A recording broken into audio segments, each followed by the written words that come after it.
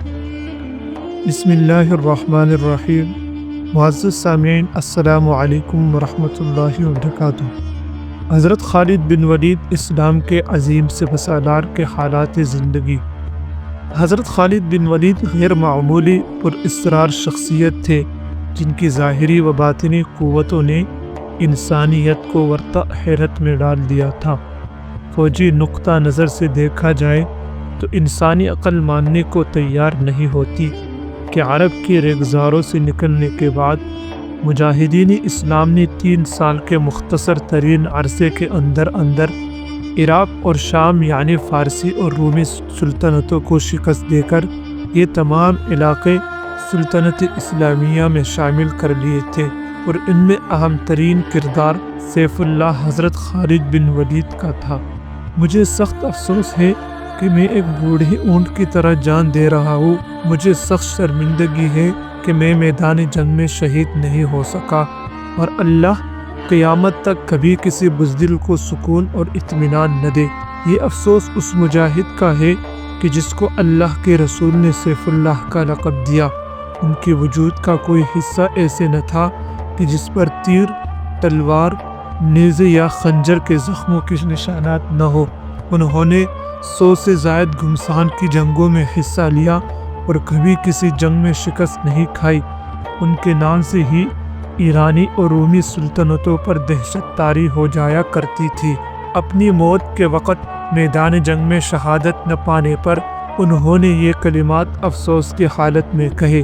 اس پر ان کے زوجہ نے ان کو تسلی دے کہ خالد، آپ شرمسار نہ ہو، آپ کو جب اللہ کے رسول نے سیف اللہ کا لقب دے دیا ہے تو اس کا مطلب ہی یہ ہے کہ اب یہ سیف اللہ، یہ اللہ کی تلوار میدان جنگ میں کسی کافر کے ہاتھوں نہیں کٹ سکتی۔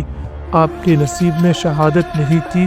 اپنے اہلیہ کے طرف سے اس تسلی کے بعد اللہ کا یہ شعر ذرا پرسکون ہوا۔ خالد بن ولید صرف عالم اسلام کی ہی نہیں بلکہ تاریخ انسانیت کی ہیرو ہے۔ انسانیت کی تاریخ میں ان سے بڑا فوجی، حکمت عملی، ساز اور فنون جنگ کا ماہر، جرنیل اور غازی پیدا ہی نہیں ہوا۔ جب حضرت خالد بن ولید کے انتقال کی خبر شام سے مدینہ پہنچی تو مدینہ میں کہرام مچ گیا۔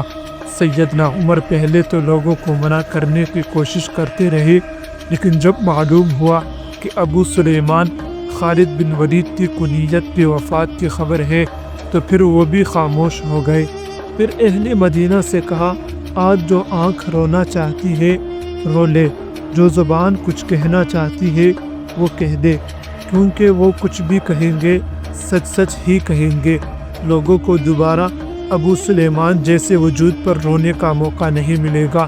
اس سے قبل سیدنا ابو بکر صدیق رضی اللہ عنہ بھی حضرت خالد بن ولید کے بارے میں فرما چکے تھے کہ مائے اب دوبارہ خالد جیسا بیٹا پیدا کرنے سے قاصر ہے۔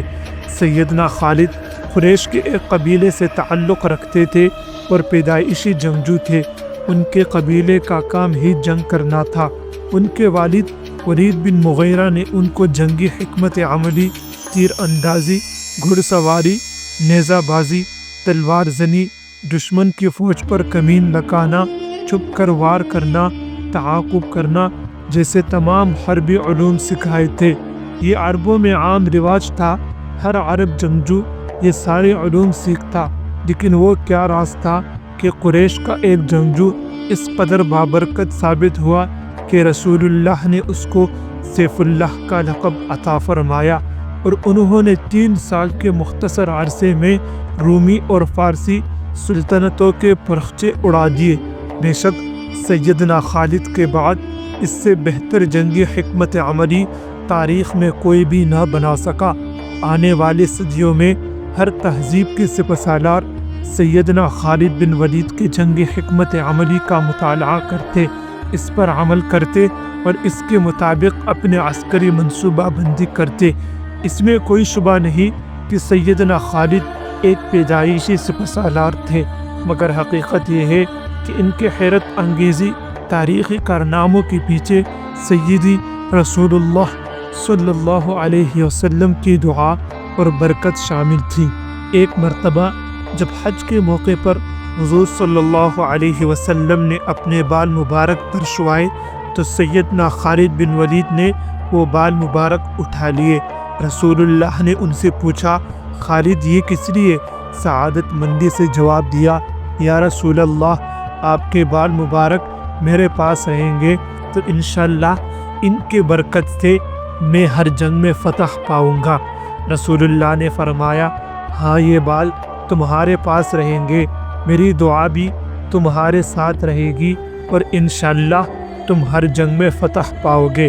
مسلمانوں کا میدان جنگ میں حضرت خالد بن ولید سے پہلا تعارف اس وقت ہوا کہ جب غزوہ احد میں خالد بن ولید کفار کی طرف سے لڑنے کے لیے میدان مینا آئے۔ اس وقت آپ ایمان نہیں لائے تھے اور کفار کے اضافی گھڑسوار دستے ریزرو کیولری بیٹیلین کے سربراہ تھے۔ غزوہ احد میں حضور نے 50 تیر انداز ایک پہاڑی درے پر متعین فرما دیے اور ان کو حکم دیا کہ جنگ کا جو مرضی نتیجہ نکلے آپ کو اپنی جگہ نہیں چھوڑنی۔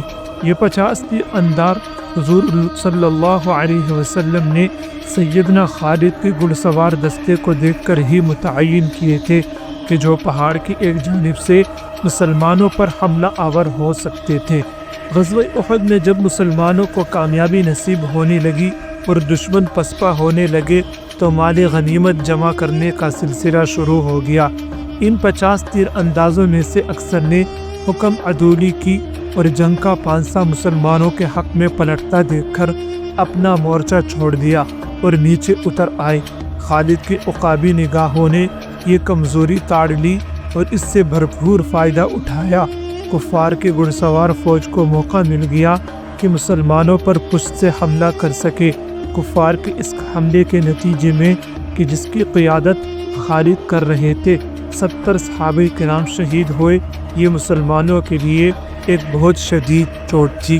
اگلے قسط کے لیے چینل کو سبسکرائب کریں۔ جزاک اللہ۔